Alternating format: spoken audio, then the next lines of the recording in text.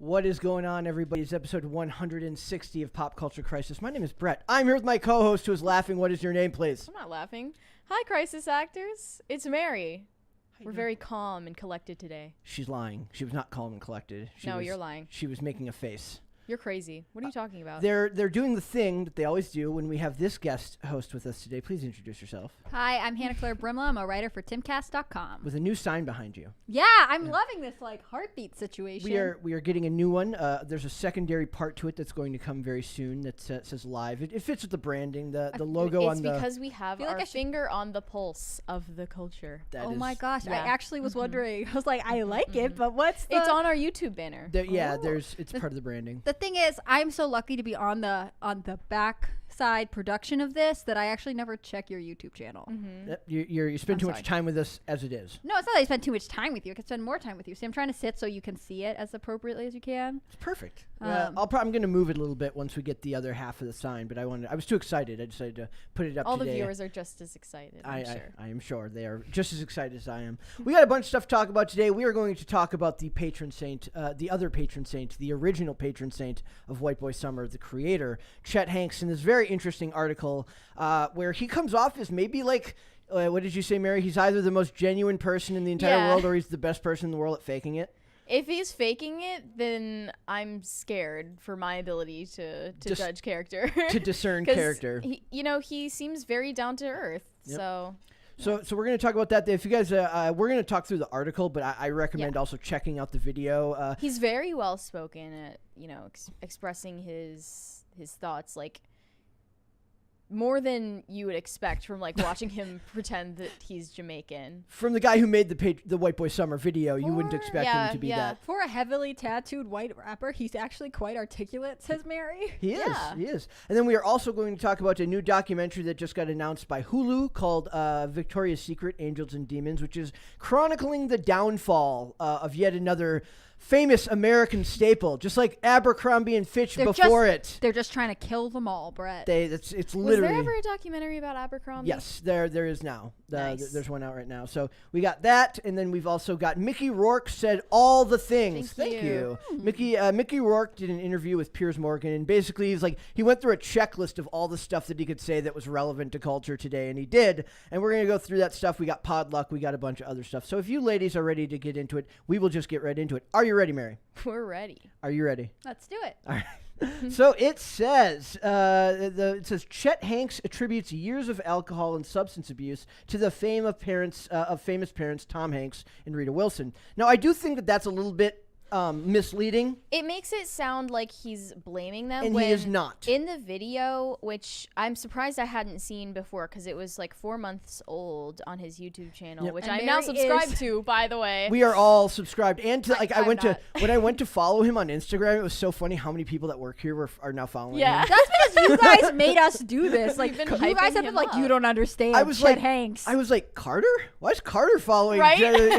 But he makes sure to stress the point that he's not blaming his parents, and he still has a relationship with them, and they didn't know better.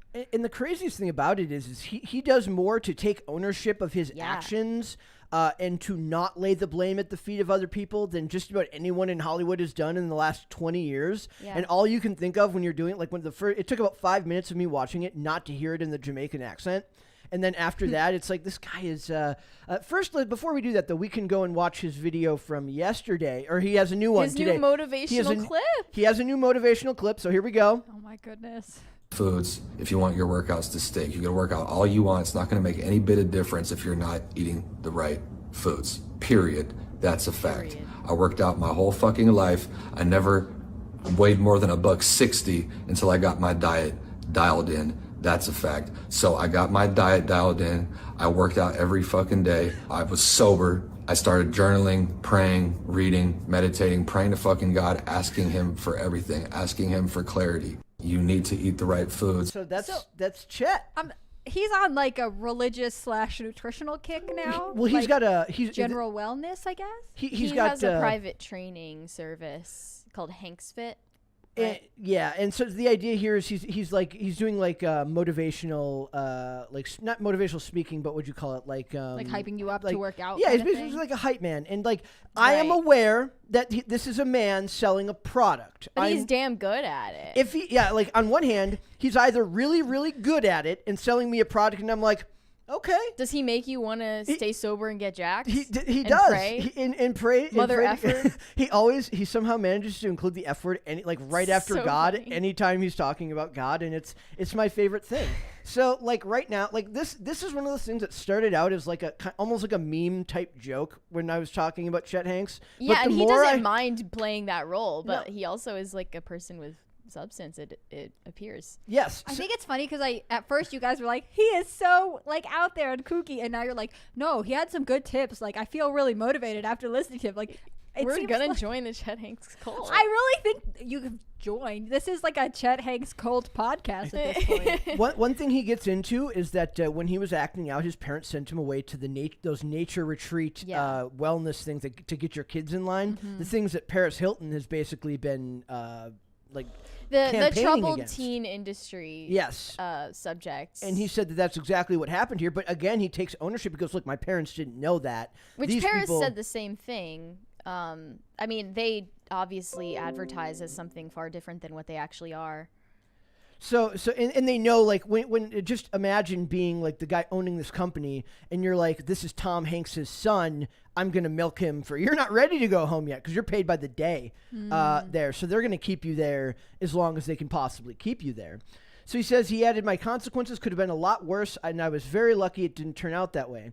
Later on in the video, I don't know if we can show the video, so I'm not going to. I don't know if we would. I don't think we would be able to. I don't know if we would get a copyright claim. And the last thing I want to do is offend Chet Hanx. The Chet Hanx. Role model. So it says that he notes that he instantly realized that I'm in way over my head with this dude. He's talking about the camp counselor, the first guy that he was trying to pull one over on there. And there's just a lot of humility in the way he speaks about everything in this video. And I'll say the troubled teen industry is real, and there are like unlicensed schools that are very dangerous. But I have a cousin who is a certified like wilderness therapist and specifically works with at-risk teens. And like it can be really therapeutic to have teens in new environments, and especially when they're learning to rely on themselves and be challenged and physically. even adults too. Like I watched this interview of Matty Healy from the 1975 where he was talking about his recovery from heroin addiction, and he like reached sobriety in like this horse ranch. Like they did therapy through relationships with horses. I went to when I went to rehab, I didn't go through a standard 12-step program. I went through what's called health realization, which is very similar. Like you're out in the woods, and so Really? that's. I mean, it's not quite the same thing. There's still a lot of structure there, but there's a similar aspect to it here. So he goes into and this is where I do think this article is a little bit misleading in the way they frame it, as if he blames his parents for it. He does not. He says that, look, he's like, fame is the most addictive drug that there is, and seeking validation through fame is even worse. He goes, but then there's something even worse than that, which is like, you're not even famous. You're the son of a famous standing person. like Purely a derivative person. Yeah, and you're standing like just outside this shadow of fame. Even still, he is really only described in reference to his dad, and that must be really hard to see. And he talks about basically the idea that once people have a perceived notion of what you're like, it's impossible to break people from that notion of who they are. And that's kind of what I think he's trying to do with his business, while also making money and carving out his own niche in the world. And as somebody who is not a huge fan of Tom Hanks, he still loves his dad and mom. He says that in the interview. He said that his dad always made him work. That he wasn't like, he's like, if you want money to go out with your friends, wash my car, I'll give you $60. He says that. Like it wasn't the situation that a lot of people assumed it was. And that's one of the things that he talks about is that he knows that he was privileged, right? And that he grew a lot of self-hatred for that. And that was what made me want to cover this, is that whatever they believe about the concept of privilege or not, I think that the term alone is damaging because, first of all, it creates resentment on both sides. His initial reaction was to lash out with bravado and to push back because he's like, look, you're labeling me and you're boxing me into this place where you think I belong, but you know nothing about me. And I think that is the natural outcome of all labeling people on where they exist in the progressive stack. And it's not even a political thing really, because this was like back in the 90s. Yeah. I'm extrapolating to what this means for the rest of culture. Right. Like if this happens to him, that's one thing to have this happen to a celebrity with rich and famous parents, but when you're doing it to your everyday neighbor just because they look differently than you, the natural outcome is that person's going to have an even bigger chip on their shoulder than the son of the famous person because they're like, look, I worked for everything I have. So it's like I think you see an oddly weird relationship between what's going on in our culture today and the evolution of Chet Hanx. That is what they're doing to Chet Hanx now because we saw in his interview with Z-Way, she was like trying to get him to apologize to every group he could have possibly offended, and he was like, "No, I'm not playing that game." Kick rocks. Kick rocks. Literally. Bringing back that phrase right back from like 2016.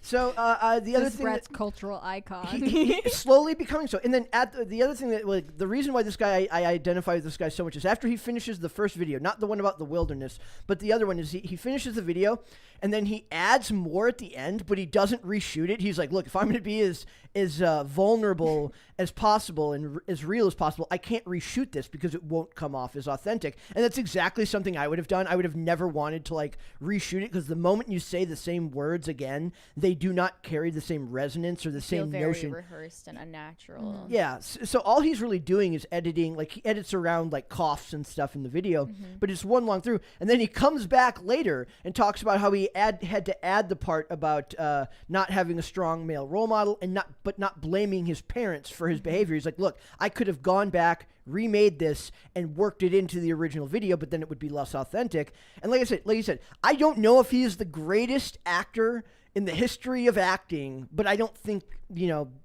Tom Hanks could pull this off if he was acting.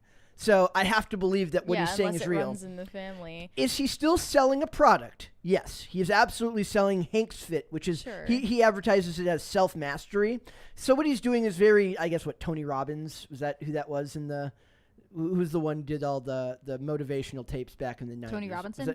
Was it Robinson? There are a lot of them. Tim Robbins is an actor. I mean, there are like preachers too. Like Joel Osteen has plenty of self-help elements as well. So he says Hanx did warn that fame is a double-edged sword and explains that fame is the most powerful drug known to man, asserting that it can almost be the most destructive and that most people are infatuated with fame.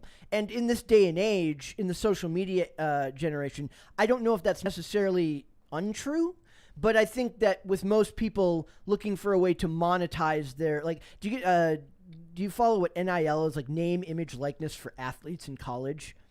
Like it used to be that you couldn't monetize your career in college before you made it to the pros. Now, because of the power of social media, all of those athletes in college are now making money off of their name, their image, and their likeness. I think the NCAA changed their rules so that you can now make money. I mean, some of the objection to that is like a lot of college athletes are already receiving significant scholarships. Yeah. So not only are they like already getting funded through the school, but they're now making money. It's like an advantage that kids who aren't athletic but are there for academics like wouldn't get.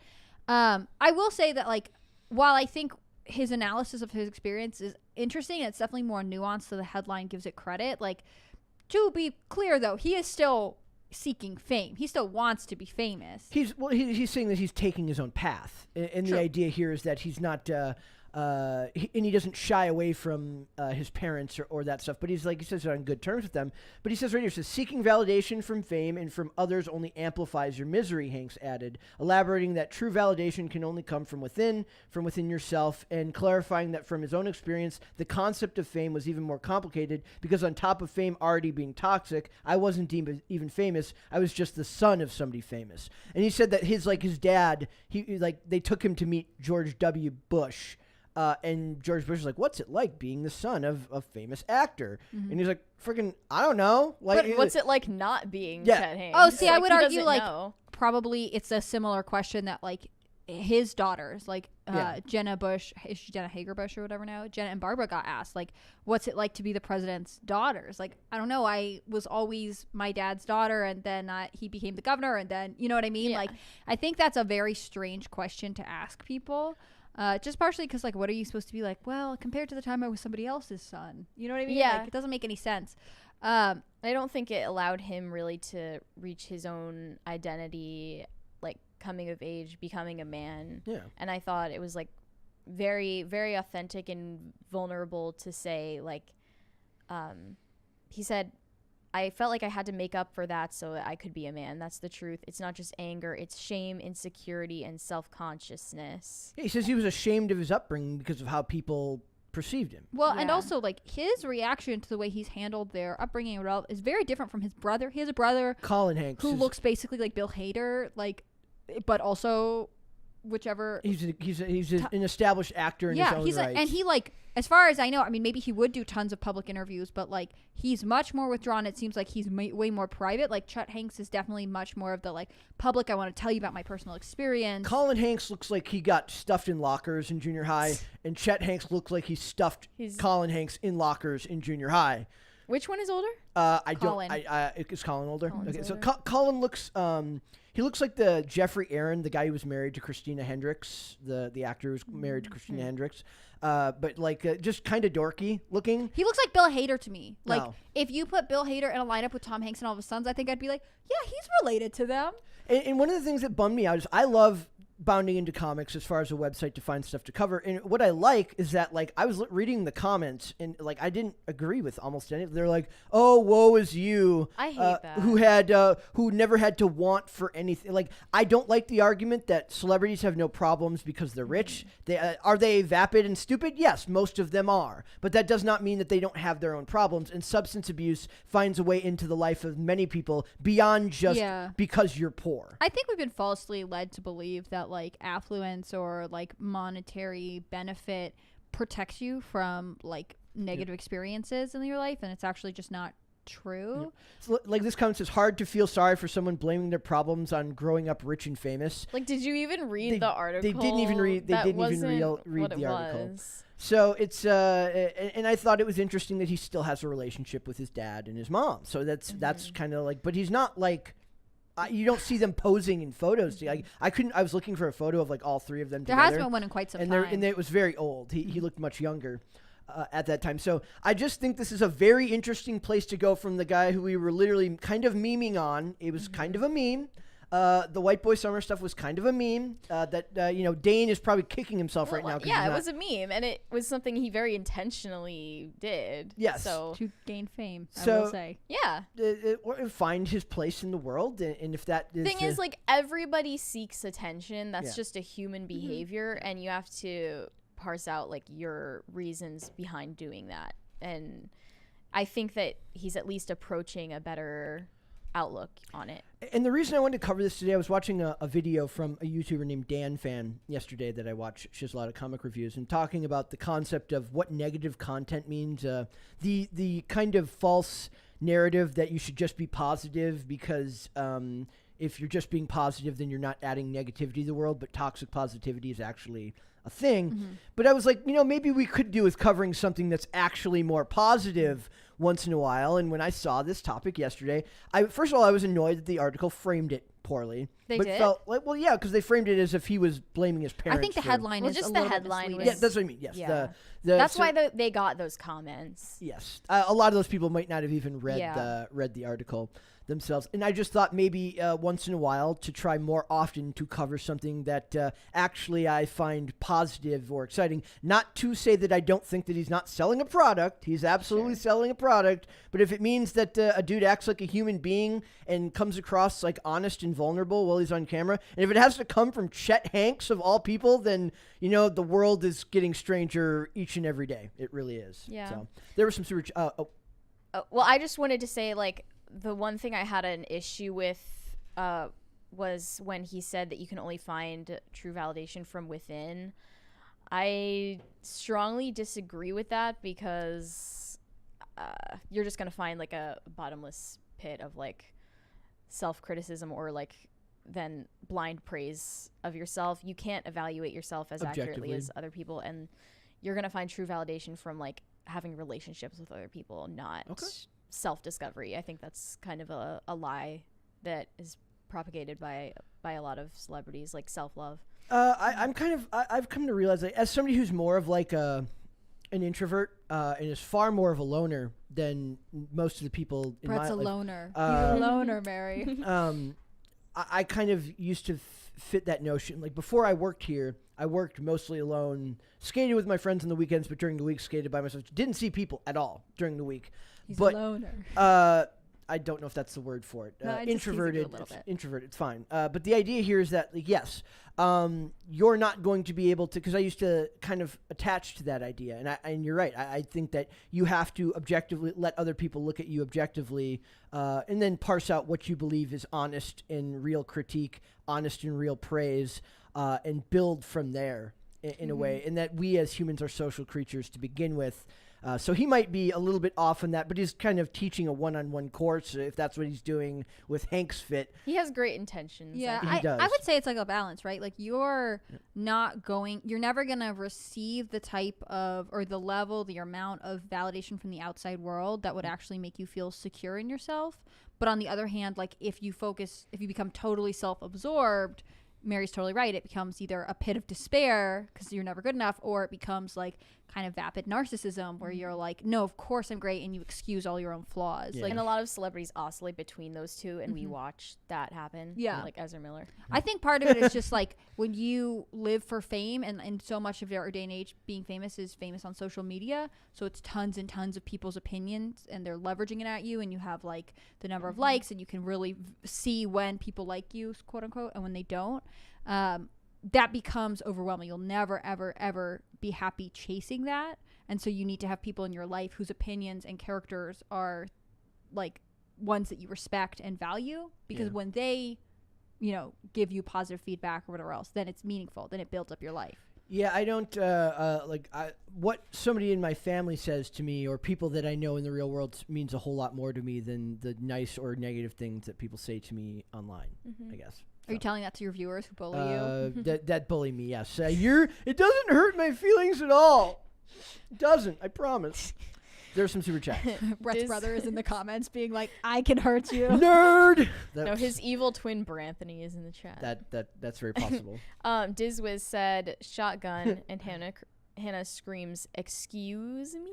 Excuse me? I just realized that when he says shotgun, he means that he's like the first super chat. Yep. I didn't catch that before. Oh, I thought it was like honorary whoever's sitting over there. Like I thought it came with some benefits, like you read all of their super chats first or something. Oh. No. Okay, cool. It's just completely in his head. Jake Jones said, please talk Pokemon. New main series game leaks. When Dane is back. Dane could definitely do that. As somebody who I brought my Game Boy Color with my red and blue here, but didn't play anything after that, so that's very possible. Dane Jonathan Harris said, so Chet actually has some sort of personal responsibility. Love to see it. In an age where like personal responsibility is not valued at all, and I truly do believe that. Yeah. I believe that our society has pushed far away from the notion that you're responsible for your own actions, and that God forbid anything that happens to you might actually be as a result of something you chose to do or an action you took in life. The idea that Chet Hanx is the one preaching a value that I find so unbelievably important is both hilarious and oddly wholesome. Yeah, I was gonna say, like, I have not quite gotten on the Chet Hanx bandwagon like you guys have, but like if he's the patron saint of for our generation of personal responsibility, like maybe he'll win me over, I respect a lot that he was able to say, like, I went like with this school or camp or whatever that he was at for a long time, being like, it was bad, but my parents didn't know that, and we're trying to do something good. Like, I respect people who are able to look at errors of people who cared for them or their parents or whatever and say, like, with the information they had at the time, they made the best decision they could. And it sounds like the program saw his parents as huge cash cows. Yeah. So, like, the more that they could convince his parents that he is not ready to go back home, the better. He's for their keeping them bottom line. Yeah. Everything today is like, instead of your parents just screwing up and doing something wrong that they didn't mean to do wrong, it's now generational trauma and they ruined your life. Yeah. And everything else is somebody else's and fault. you don't go to Thanksgiving anymore. And Yeah. It's just like, breaking up families. Part of becoming an adult is like realizing that your parents are human, and like, you know, this isn't true for everyone's parents. Some people's parents are terrible, but like for the majority of parents out there, like they are inevitably taking this risk. They're going to have kids and know at some point they're going to do something wrong, and they can't do anything to prevent it because that's just human nature. Yep. Yeah. Javi J said, as official treehouse of White Boy Summer, I'm sorry, but I'm going to have to issue the first violation of the summer to Hannah Claire. What? Sleeves are required except for Tuesday, Saturday, and Sunday. I don't make the rules. I just have to enforce them. Should you tell me to put my sweatshirt back on? Indecent. Look, I dressed for the job I want, which today is stay-at-home soccer mom, and I'm just going to manifest that into happening. There you go. Goofer Trooper said, my fellow crisis actors, today we simp for Brett. Oh, well, perfect. That is what better way to move on to the next segment than to know that people are indeed going to simp for me for Brett once. is like, finally. Yay, it's my time to shine. It's like, yes, put the camera on me. All right, Because so we called him out on bullying him. They're like, sorry, man. it's not fair. You shouldn't be bullying me. That's mean. So I can't believe I just got dress coded in your super chats. That was a Don't lot. listen to them. totally dress coded. I will tell my wealthy husband about this one day. Does that make you a trophy wife if he's wealthy? Tell Elon I wish. all Again, about dressing for the job I want. Yeah, I will tell Elon about it. When we have our contract negotiation. No, I'm just kidding. You have to figure that out. All right, we're moving on. We're going to talk about Victoria's Secret Angels and Demons, which is a new documentary from Hulu coming out. It's a great title, by the way. It is a fantastic title. So the first thing I thought of when I saw this was there's an Abercrombie and Fitch documentary that also came out recently that talked about how awful Abercrombie and Fitch was.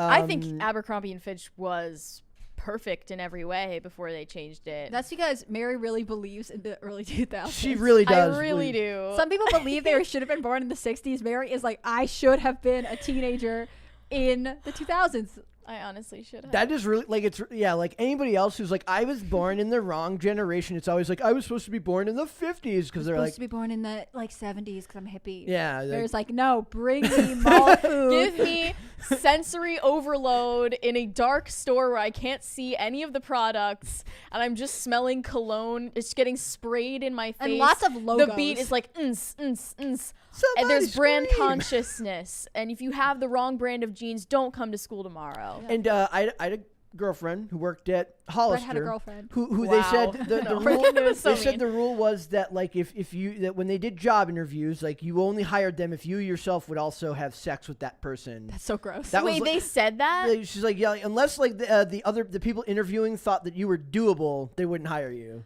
I knew Direct orders from the CEO. They're not saying they're not saying you have to do them. They're saying, do you But if consider you them would doable? consider it, Yes. hypothetically. So Victoria's Secret is on that chopping block now too, which was always going to happen post Me Too movement. It was always going to happen. This was Which is insane because like almost all people who work at Victoria's Secret are women. Yep. So it says Hulu's upcoming documentary, Victoria's Secret, Angels and Demons, will explore the rise and fall of Victoria's Secret, which included the cancellation of the annual fashion show in 2019 because we can't have anything nice anymore. Though I did make a fantastic thumbnail for this segment tomorrow that people are going to love.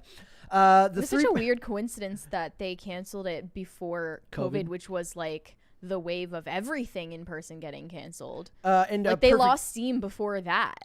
They could have like waited for COVID and then had the perfect out and not blame it on the fact that the company was now like considered persona non grata. Right. And they've tried so hard to rally from that. They have like this whole campaign going where it's like everybody's pretty and like it's got like Megan Rapinoe in it. Who, like what? It's And also, so tired of hearing Megan Rapinoe's name. but It's like one of it's those a bunch of people who I would never care about. Like, They're really going the same route that what was it? It wasn't American Eagle. It was their like Aerie? offshoot Aerie Aerie got out in front of it before first. and though. Calvin's. What happened with So Aerie was like the loungewear, bra and underwear store for American Eagle, and they started saying like we're not gonna retouch our photos, and we're gonna hire models of all body types And they still do disabilities, this and too. disabilities. Like they've had a Down syndrome model, and they've had plus size, and they've had whatever. And do these marketing campaigns work? I Do don't- people and I don't mean to sound I don't rude. know. When you look at Target actually does a fairly interesting job of like the men, like they just look like dads. Like, Yeah. some of them look like your typical Okay. male model. The guys, the ones of like, if it's like a flannel, the dude looks like a dad. Yeah, okay, so right? I would say that Aerie tried to hit that range. They didn't go like morbidly obese or like super whatever. And they seem to they do it, as far as I know, they still do it. It's pretty consistent. Their stores are successful. Victoria's Secret got so much backlash that like was building for a long time, and the floodgates finally broke, that they're like, we need to pull in some celebrity power so that they know that we're okay. So they like hire a bunch of people who like I would actually never care about, but have some kind of feminist following, to be like, well, I still shop here. So like I think Bella Hadid is one of them. Yeah, she talks about it. But it's also like I said, Megan Rapinoe from the U.S. women's soccer team, stuff like that. But I wouldn't say Bella Hadid is like some kind of She was already bastion of body she was already or something. a Victoria's Secret model. Yeah. Like, they just hired someone they already had, That- or like in more recent weeks they've hired like they've had several one or two trans models now. And like the they're first really Down trying syndrome Victoria's Secret model thing really It's- disturbed me, because it is like an inherently erotic brand. And we like, talked it's about- lingerie. and we talked about, can they even consent to That being in that yeah, that position? is why it disturbed me. So they link a big part of the documentary is linking it to Jeffrey Epstein. They talk about the creator has ties back to Epstein. So it says the 3-part series will consist of interviews with former models and employees of Victoria's Secret who will discuss billionaire CEO Les Wexner. It will also shed light on Wexner's connection to notorious convicted sex offender Jeffrey Epstein, and maybe Ghislaine Maxwell and the flights to nowhere that service no one. By the to way, I'd clients like to say Naomi Campbell, as much as everyone loves to, praise her, she was on the flight logs 5 times. Do we not like Naomi Campbell? She would like beat up her assistants and stuff. I mean, people still praise her regardless. And like, she was never an angel, but I think she was Involved with yeah, it. she did model for them. So a it lot. says the upcoming documentary from Victoria's Secret, it promises to cover how Victoria's Secret became the biggest lingerie company in the world. And mentioned in the trailer, the company was worth $7.5 billion. It says, along with releasing the trailer, they provided information. It says, investigated with journalistic rigor by director Matt Tynauer, this documentary tells the searing and provocative story of Victoria's Secret's, the brand and its longtime CEO, the larger-than-life enigmatic billionaire Les Wexner, the underworld of fashion. They talk about the billionaire class and what they call the fashion industrial complex. Is it exploitative? Is like... The whole point of it is to be The investigation of no, it? no. Or the company as fashion I'm industrial saying the complex? company as a whole, is it exploitative? I didn't like the angle that this documentary seems to be taking when they're like talking about the fact that they were accused of only catering to certain body types and making some women feel that they were excluded from the brand. But Isn't the it idea was never that was the problem. Isn't the idea that you look at I draw it back to men in superheroes. When a guy sees Superman, he sees something that he would love to aspire to be, even though he knows he will never reach levels of that physique. Is the idea that a woman looks at a woman in a Victoria's Secret outfit and sees something she would aspire to look No. like if she Women was wearing. are- I understand that men and women are inherently different Yeah. in this respect. So I'm gonna immediately lead with that, which is that women and men are emotionally motivated very differently, and I don't think seeing another woman like who looks great and has like an ideal body and stuff like that makes women like more motivated to look that way, whereas men might. I think that the thing is, this is a lingerie company, and it would be really difficult to sell underwear without like in some way seeming sexual. Like Well, it's funny that you say that, because we were just talking about this brand I had heard of called Mentionables that I believe is run by a Christian woman. it is. I looked into it. Yeah, and they are a model-free lingerie company that is exactly like their angle, is that they're doing so, they're advertising it without presenting women in these like inherently intimate garments.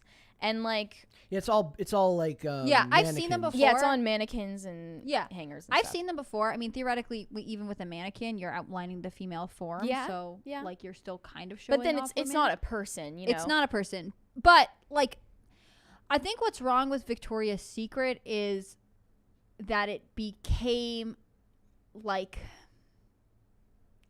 weirdly depraved. Like, eventually they launched Pink, which was, like, their offshoot for younger women. Like, they say, like, teenagers, but it really goes down to, like, middle school. Maybe I used to know elementary school girls who were like, I really want to shop at Pink and my mom won't let me. And, like, the Pink stores are housed within the Victoria's Secret footprint. So they right? have to go there to. You can enter through, like, if you're They're at the physically mall, right next to each other, and there's a huge and like the doors entrance in between open them. into each one. Yeah. Like, and so to a certain extent, like, they were always aware that they were ultimately trying to recruit younger and younger shoppers, which I've said it before on this show. Like, I just think we have a really hard time knowing how to treat and handle appropriately, like, 10 to 14-year-old girls in our culture. It's kind of an awkward place to be because we're still sheltering them from a lot of stuff. But on the other hand, like, of course, they're going through puberty and, you know, they're more interested in seeming a little bit older and, you know, taking on what, like, you know, they're growing up.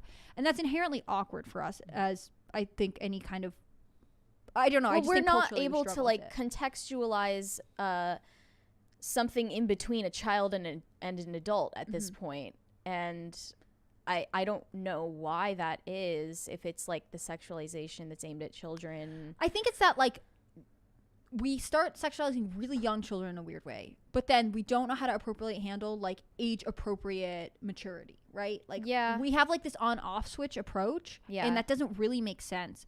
And I think with Victoria's Secret, one of the issues became, like, actually they are selling to women, and women being, let's say, 18 to, I don't know, 50. When do you stop shopping at Victoria's Secret? But also they know eventually they want to start getting their customers younger and younger and younger. And that becomes where you would be concerned about showing women, you know, especially young girls, like supermodels and like things like that. Like, I don't actually oppose the use of models. I don't really care about that, but it's just a really difficult position to be in. And I think ultimately, like, their CEO had a bunch of comments about, like, I can't remember what it was, but, like, stuff that was offensive, and I think the ideological push against them took the business down, but the undercurrents of what was a challenge for us never really got addressed. So what would if they had just ignored it? Do you think they would have been fine if they had not capitulated and hired the Megan Rapinoes and changed their business model? Would they have been fine?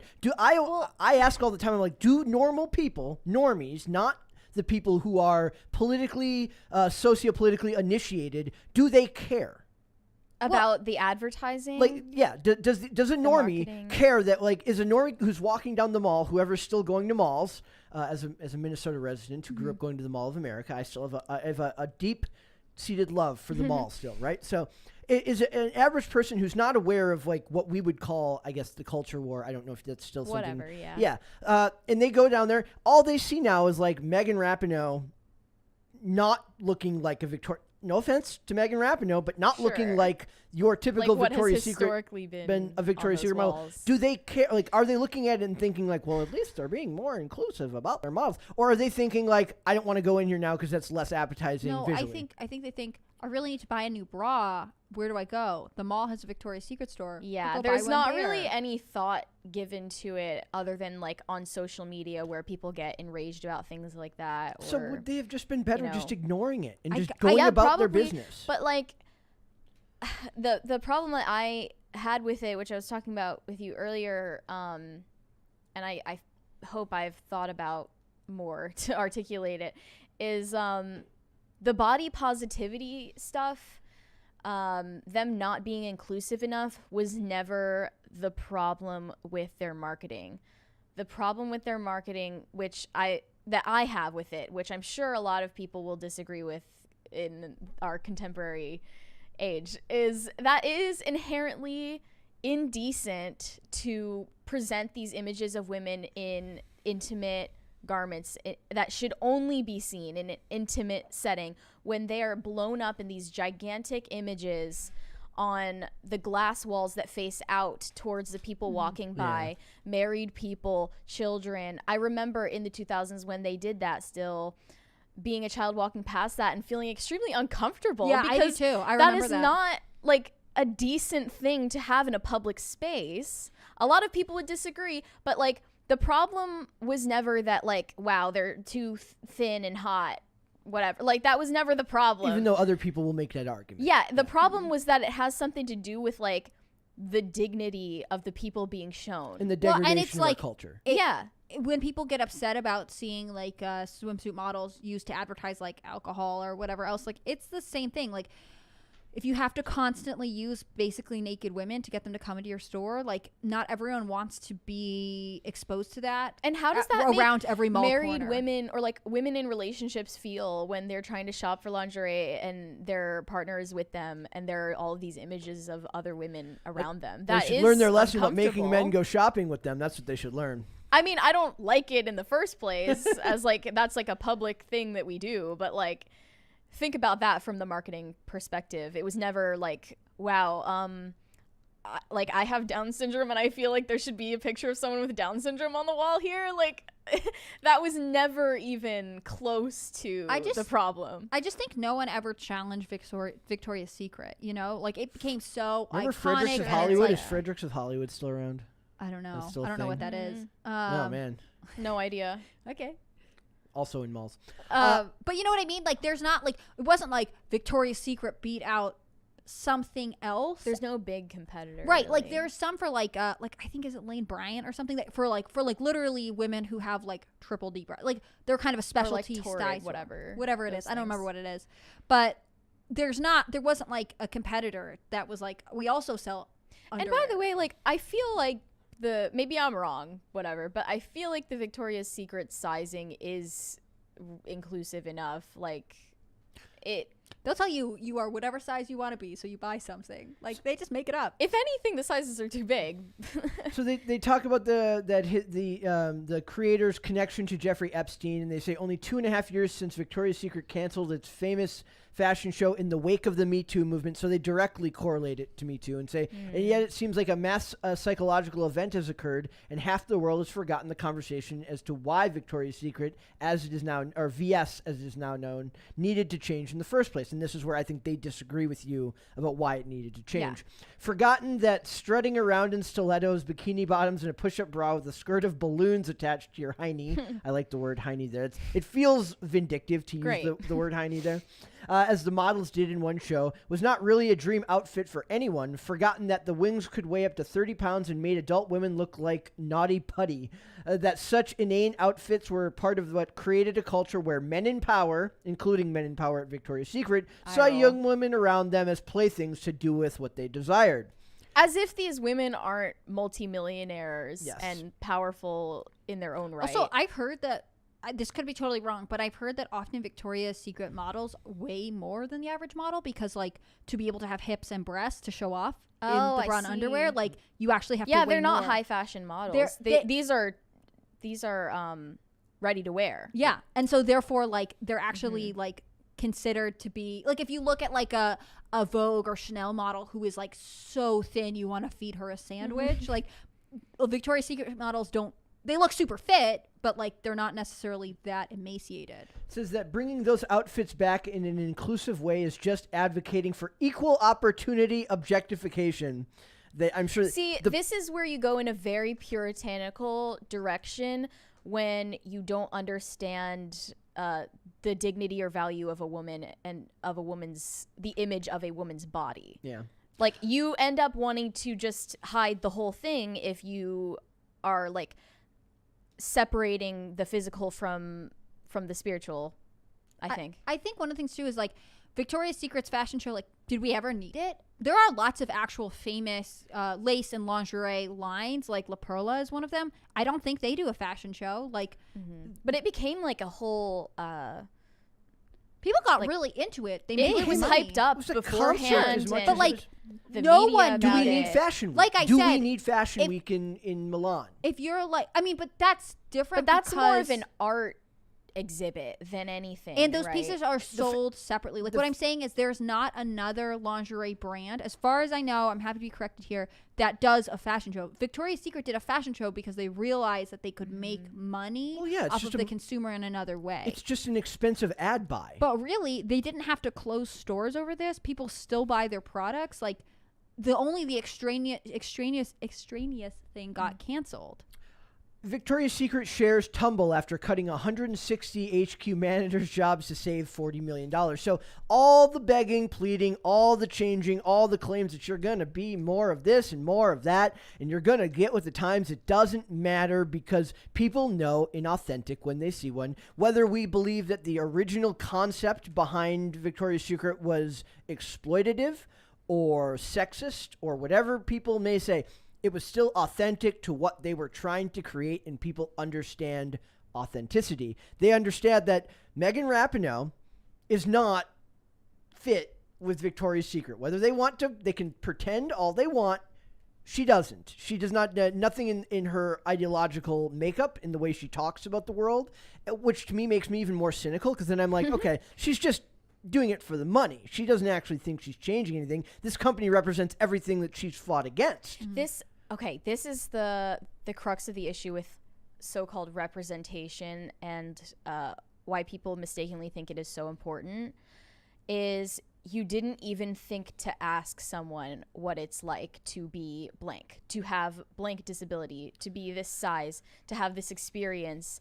It's all about you. If you haven't experienced something that someone else has, that's when you ask them about it. Yep.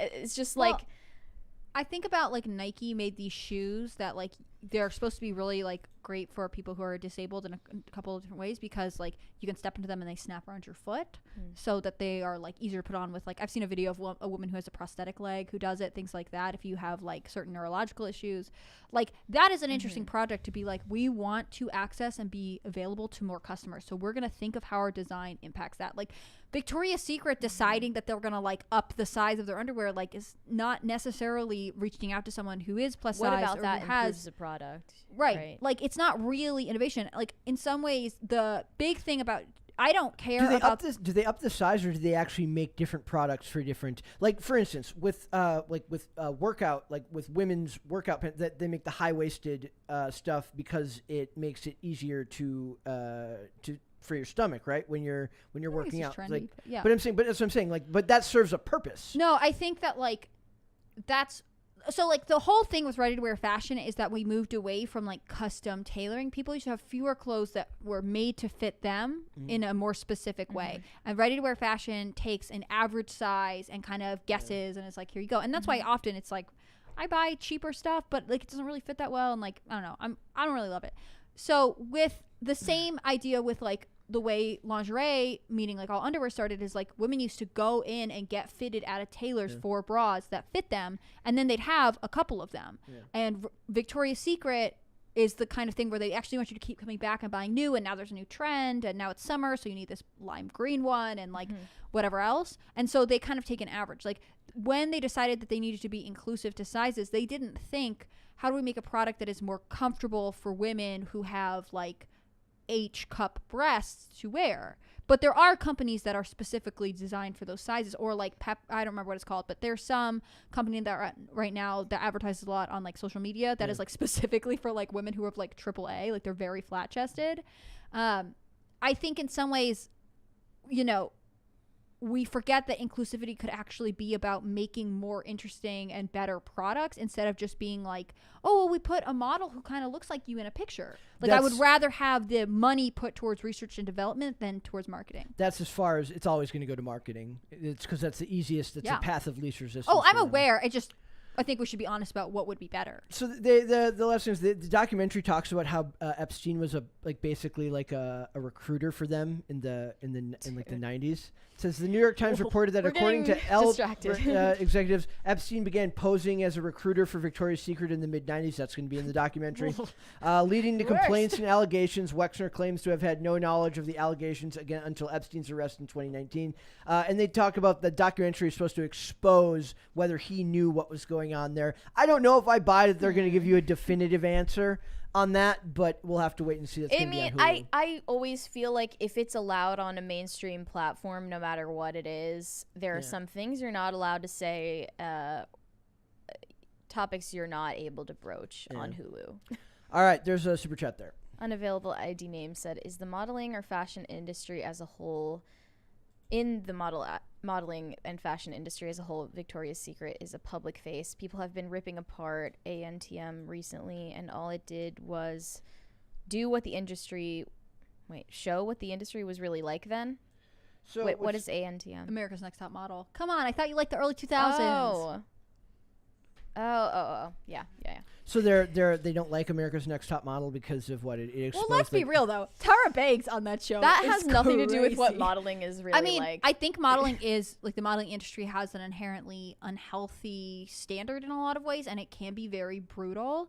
I'm just remembering the shoot they did where they had the models pose in Greece in a giant Greek salad, baking with olive oil all over their bodies like in the summer. They did crazy. Like, the thing is, the modeling industry did not do some of the things America's Next Top Model did, because America's Next Top Model was a reality TV kind of game show. Like, it's a little unfair of a comparison, really, I think.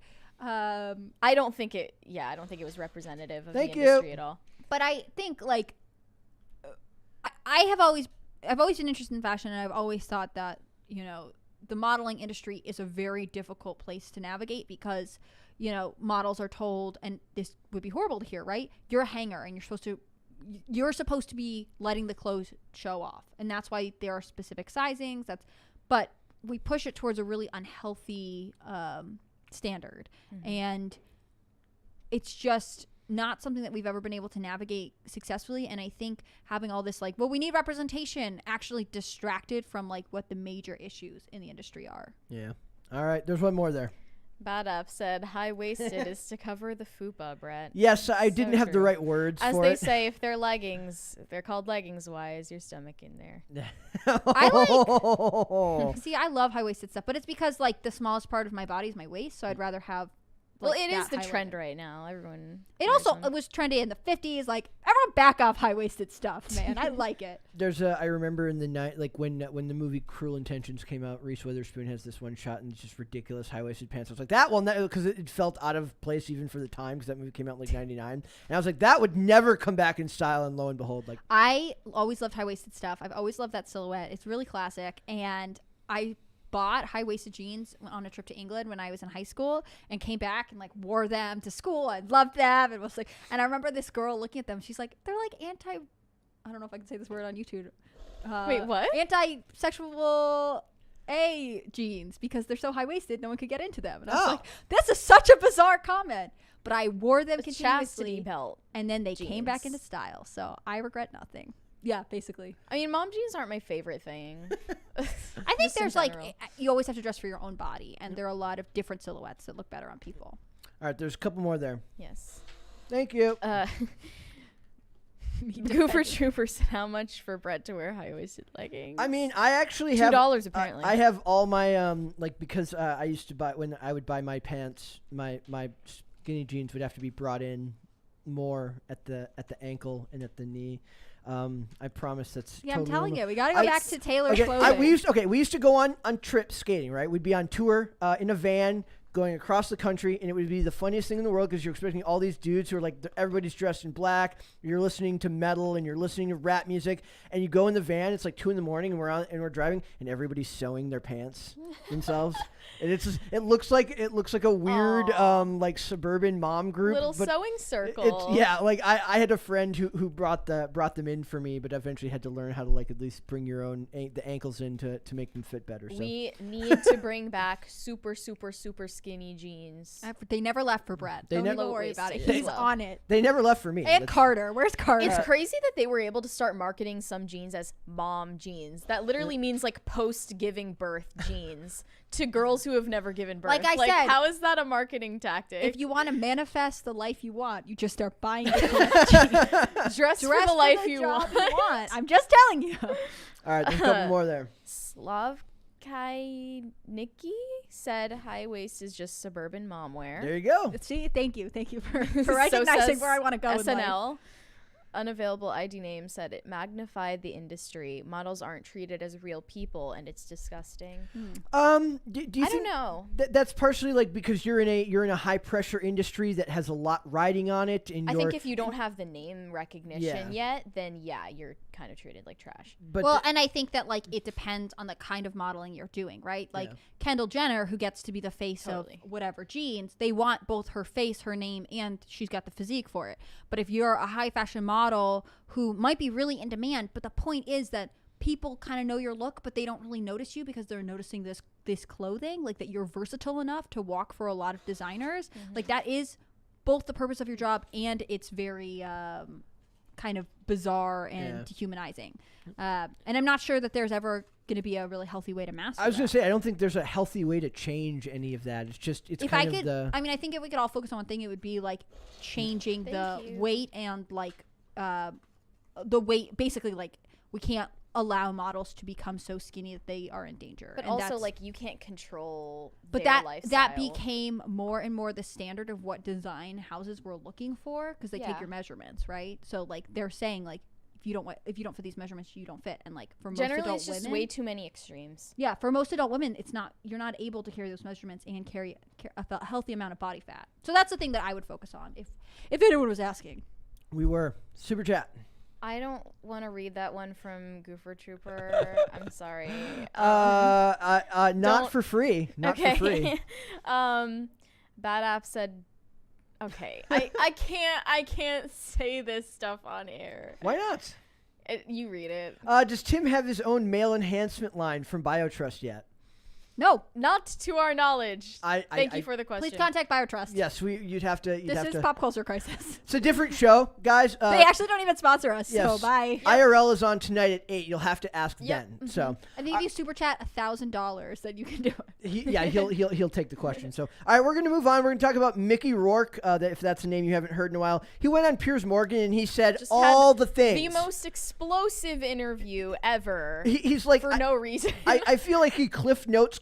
Like he did a cliff notes of current events and was like, "This is the stuff we're going to talk about." He's like- I watched the interview for a few minutes, and it really was actually quite dark because they first were talking about his personal history and his own life and career, and a lot of it had to do with like growing up in an abusive household, and like he was talking about how he had to like What's happening? choose to become a man at the age of 14 and just like he clearly is a very like hurt person and maybe is making comments that are bombastic because of that. I think he's also an actor, and he knows, Sure. like, you know, like it's. And I think he's.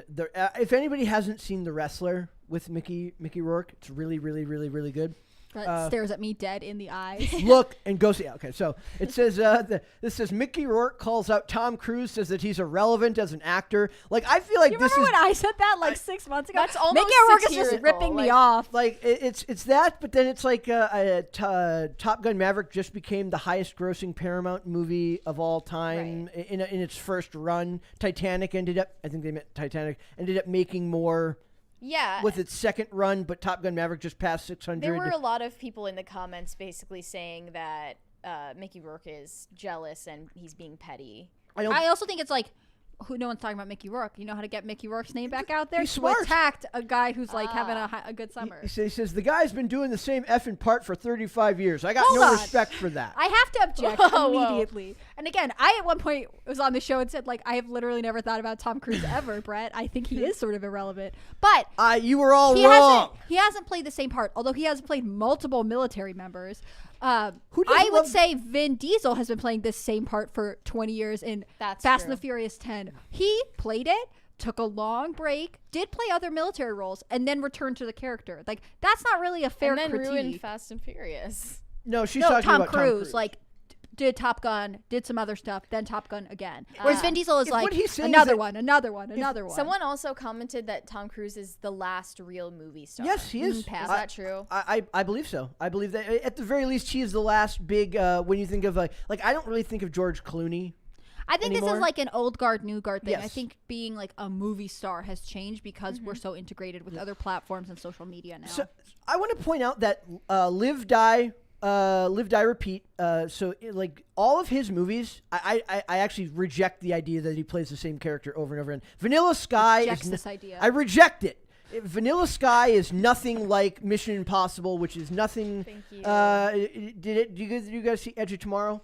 No. I did not. Okay. I'm not a huge. But I've seen A Few Good Men There you go. where he plays a Navy lawyer. Like, His horrible Mummy movie, not anything like those other characters, but it is a horrible movie. That's fine. He played Jack Reacher. That's a little bit like it, but it's like I look at all this stuff, Night and Day, which literally no one remembers, but me. War of the Worlds, Collateral. I love Collateral. That's one of my favorite movies. The Last Samurai. None of these are the same. So I think Mickey. whereas Vin Diesel over here has been Exactly. like again and again and again and in space and again. So he says, the guy's been doing the same effing part for 35 years. I got no respect for that. I don't care about money and power. Yes, you do. It's just that I would like it if I could have some. I care about when I watch Al Pacino work and Christopher Walken and De Niro's early work, Richard Harris work, Ray Winstone's work. That's the kind of actor I want to be like. Monty Clift and Brando back in the day, and a lot of guys that tried to stretch as actors. I think he's irrelevant in my world. So he's like passing himself off as like an auteur type. He's holier than Tom Cruise. Yes, he is much holier than me. Maybe he just really hates Scientology. Well, it is a cult, and Brett's a If Scientologist that's the apologist. reason he's criticizing Tom Cruise, then Maybe I'll get a shirt. That made actually says- never came up though. Like he's just saying that like it's weirdly like, well, I know he's been in a lot of movies, but like it doesn't really matter. But like and no offense to Mickey Rourke on this, I actually have no idea if I've ever seen him in anything. You said I'm a Scientologist apologist. I need a shirt that Yes. says Scientologist. Yeah. I don't think that he was making this comment to be inflammatory on purpose necessarily, Perhaps not. or to get attention. Yeah. Like I don't think it was a calculated thing like that, but when you're like late in your career and the stakes are lower, you kind of just mouth off on And, TV. and When they you were get old. prominent around the same. Yeah. They were both big in the 80s, Yeah. right? That's what they say here. So he says, it says both Rourke and Cruise rose to prominence during the 80s, with Rourke appearing in such films as Diner, Rumblefish, and The Pope of Greenwich Village. I never saw that. At the same time, Cruise was playing iconic parts in Risky Business, The Color of Money, Rain Man, and of course, Top Gun. While Rourke argues that Cruise never broke away from those types of roles, what does he mean by that? What types? Like showy. Risky Business is nothing like Rain Man, is nothing like Mission Impossible. Is it like Mission Impossible? Because he's best known for like Mission Impossible and Top Gun, and they're both like kind of macho action Eyes Wide movies. Shut is nothing like any of those. This is really making you mad. I think part of You're it gonna is blow a like gasket. He's doing an affront to art by Wow. by categorizing all of those the same. I don't even know if I necessarily agree with saying that Vin Diesel has played the same role for 10 years, and he certainly doesn't have the range that Tom Cruise does, but it's not like Bloodshot or whatever it was is the same thing as Mission Impossible. They're both just kind of bleh. It's a very broad generalization. I'm not a fan. So I think Mickey Rourke was reaching on this one, but it's not just that. It's also that what was your other favorite of the ones you said? The Vladimir Putin one, or he's like, I feel like he did the thing where it's checks notes. Amber Heard, like he had yeah, an the opinion. Amber Heard thing is just so random. Like, What did I he feel say? like was Pierce Morgan just kind of pushing him into Probably, these yeah. topics? So he says, I've known Johnny for many years, but so he says Mickey Rourke accuses Amber Heard of being a gold digger after the verdict. So he says, I've known Johnny for many years. I don't really know what Johnny Depp has been playing Captain Jack Sparrow for like 20 years. Is he a bad actor? He's so irrelevant. He's so right? irrelevant because he's playing the so same irrelevant. role. He married a crazy lady and then had a big defamation case to stay relevant. So he says, I've known Johnny for many years, but don't really know him intimately. Rourke, who had criticized Tom Cruise earlier in the interview, responded. All I could say is I was in a situation one time where I was blamed for something that I didn't do, Rourke went on. It cost me movie jobs for several years and gave me a bad reputation. And finally, the truth came out. But the truth came out after I lost movies and I lost jobs. And so I felt bad for somebody that is trying to get chopped down by some gold digger, you know? The article left that ambiguous, but do you know why he was blacklisted, don't- or was he blacklisted at all? There was something I Did couldn't he just remember. kind of step back from taking roles for a while and then blamed it on? I don't know what the reasoning. Some Thank Or you. was he just one of those people who they were like, he's difficult to work with, we don't want to cast him anymore? Well, that's he what was like, that's- I got blacklisted. Yeah, that people were saying like, well, he showed up to sets on drugs and arguing with people, and I also want to point out that it's not the first time he's accused a woman of being a gold digger. He said the same thing about Melania Trump. Oh. Yes. How dare he? I was trying to look into. So basically, he says in this interview, he's like, he got a visit from the Secret Service for something that he said about Donald Trump. I guess back in like 2016 or 2018. thank you. And it says, where is it here? It says Mickey Rourke shocked to learn that Vladimir Putin is Vladimir Putin. That's really just funny for the headline. But it says, where did it go here? Where he talks about he wouldn't tell Piers Morgan what it was that he said. He's like, guess I don't He's like, want if to. I say it again, they'll come back. That's exactly what he says in the interview. So what I found was it says he calls Donald Trump a bully and a B word. Very, very. So I don't know if that's, he says, and calls his wife Melania a gold digger. So I feel like he just looked for all the things that are popular right now. He's just a major shit The talker, thing which is, I like, kind of respect. I feel like he's trying to take a tour as like a soundbite guy. They're like, nothing's like, it's a slow it news sucks week. because when he was trying to talk about himself and his personal struggles, Piers Morgan was like, didn't seem exactly like he was listening or cared. And then, of course, ironically, as it's called, Piers Morgan Uncensored, he was like, can you not use bad language like that, Yep. please? It says, reacting to Morgan's interview with Rourke, the quote, so on the Secret Service, some viewers commented that you should have expected the House visit after threatening a sitting president. It didn't sound like a threat to me unless I could have missed a separate article where he said something more than just calling him a bully. I mean, Donald Trump I think if you're just reading a headline, like probably the full quote is Yeah. not being represented. So Morgan says, when did you have one before? He says, about 6 months ago. This is in reference to the what was happening. It says, let me go back up here. It says, they call it the United States of America, but it's now the divided States of America. That was very clever, Mickey. It was very clever. And there's one big... Thank you for this. Thank you, crisis party. guys. Thank you.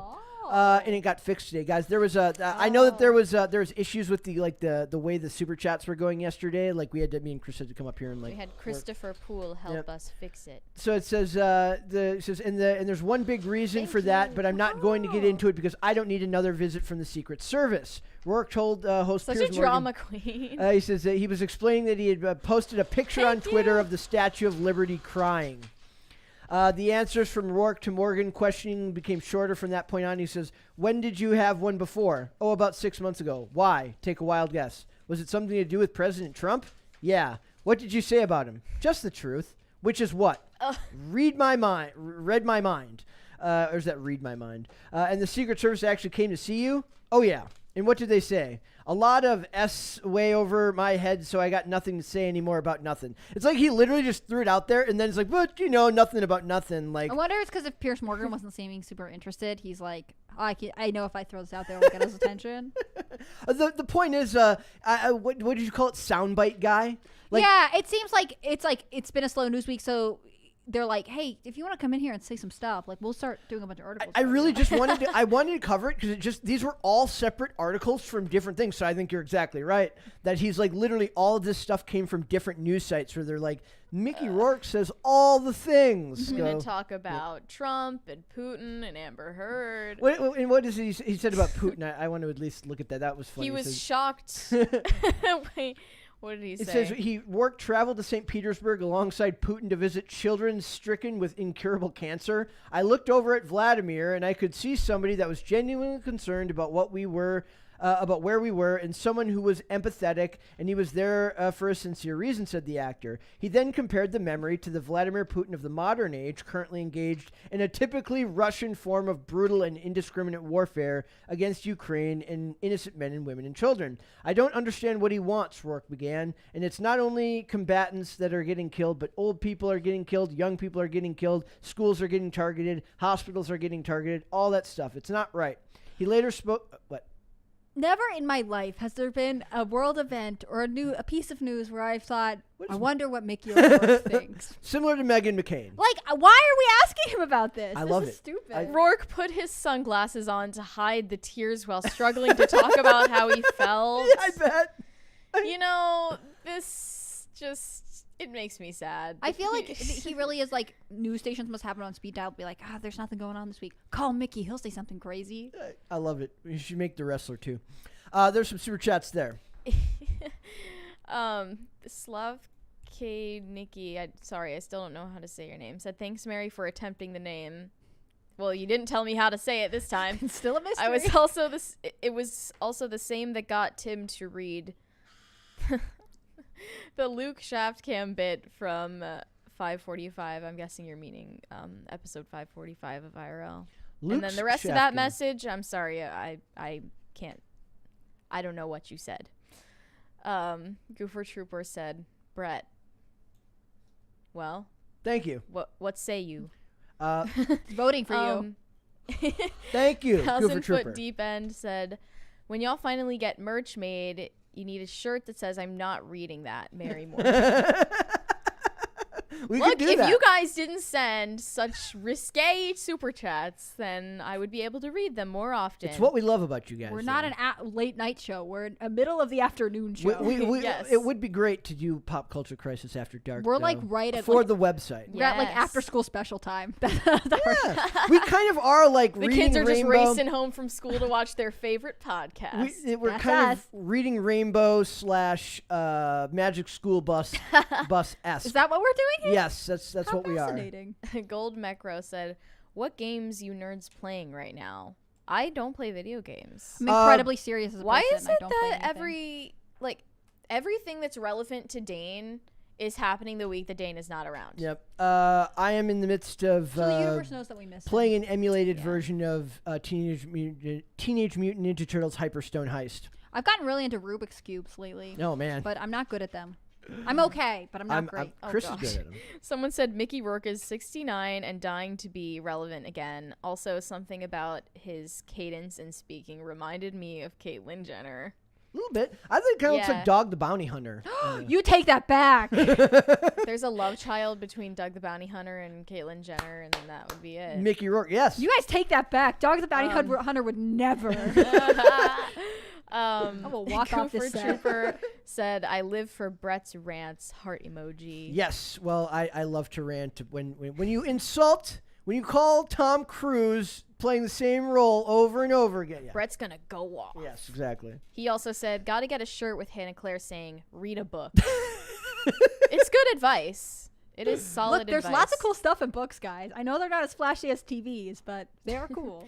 Waffle Sensei, haven't seen you in a while. Yeah. Waffles, it's been a while, dude. He's mad because everyone saw Iron Man 2 and it was bad. No one saw The Wrestler and it was good. Everyone sees Tom Cruise movies and they're basically all good. Edge of Tomorrow is a personal favorite. You know, he's that's an interesting point to make. Is like, doesn't that kind of suck? Like you get your big shot. And the one that everybody has seen is the one that is objectively not that good. And then your best role is the one where you wish everyone saw it and then nobody did. I mean, this is the thing. Like, maybe you have to live for just knowing that you played a good part. Like, I hate to say that. Like, he thinks he's done more thoughtful, artsy roles, while Cruise has done mainstream action style. Rourke fancies himself an artiste. And I hate that.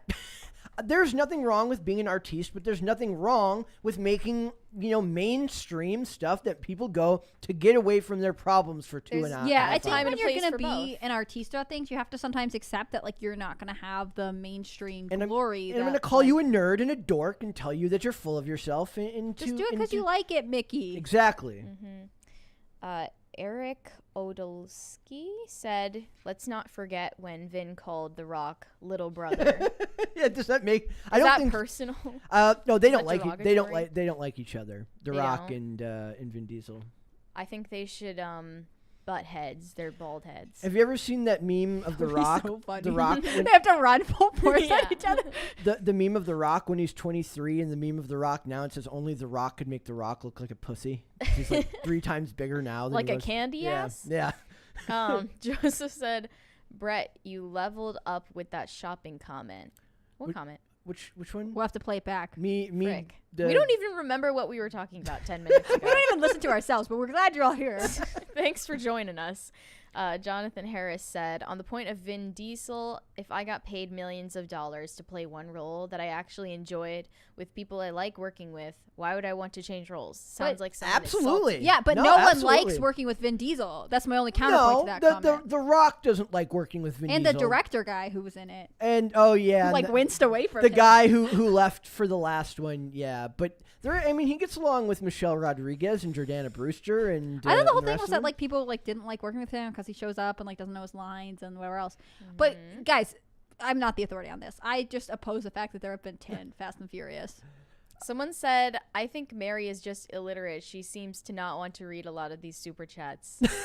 Sorry that I don't want to say something about Brett's dumper. Oh man. What is wrong with you people? Anyway, Jonathan Harris. Clip that audio. Just me saying Brett's dumper. I think they said dumpy. Yeah. Like, I'm sorry, I'm not reading that. No. Too late now. You win, okay? Also, like, if she couldn't read, she would attempt it and mess it up. Like, she saw it and was like, I'm not Yeah, doing it. it proves comprehension actually. Yeah.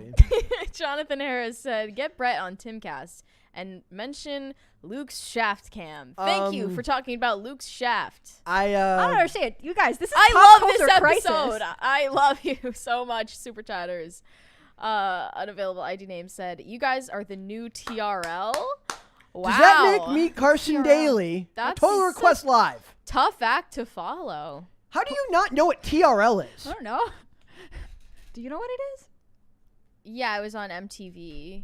I mean, Oh. that's before my time, but I know of it. You're just studying that part of history. Yeah, she loves the early 2000s. So Yeah. I'm sorry, Brett. I didn't I'm realize. kind of freaked out right now that Hannah Claire doesn't know what TRL is. I was That's- busy reading books. What can I That's say? yeah, apparently. All right, we're gonna move on to Podluck, and this one, guys, this is beautiful. Ooh, we've been waiting for this Why one. don't you go ahead and just start it because you're reading this one because this is your topic. Yes, I wrote an opinion piece on this, and I published it today. It says, Where? Where did you publish it, Mary? on timcast.com, Hannah Claire. Hooray!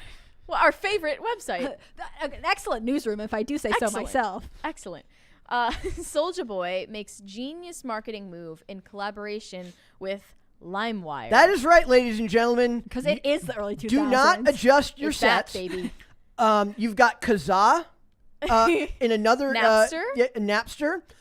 It's a beautiful thing. So we are in the age of meme stocks, and we are in the age of meme companies. And what better way to do so, Mary? Mm-hmm.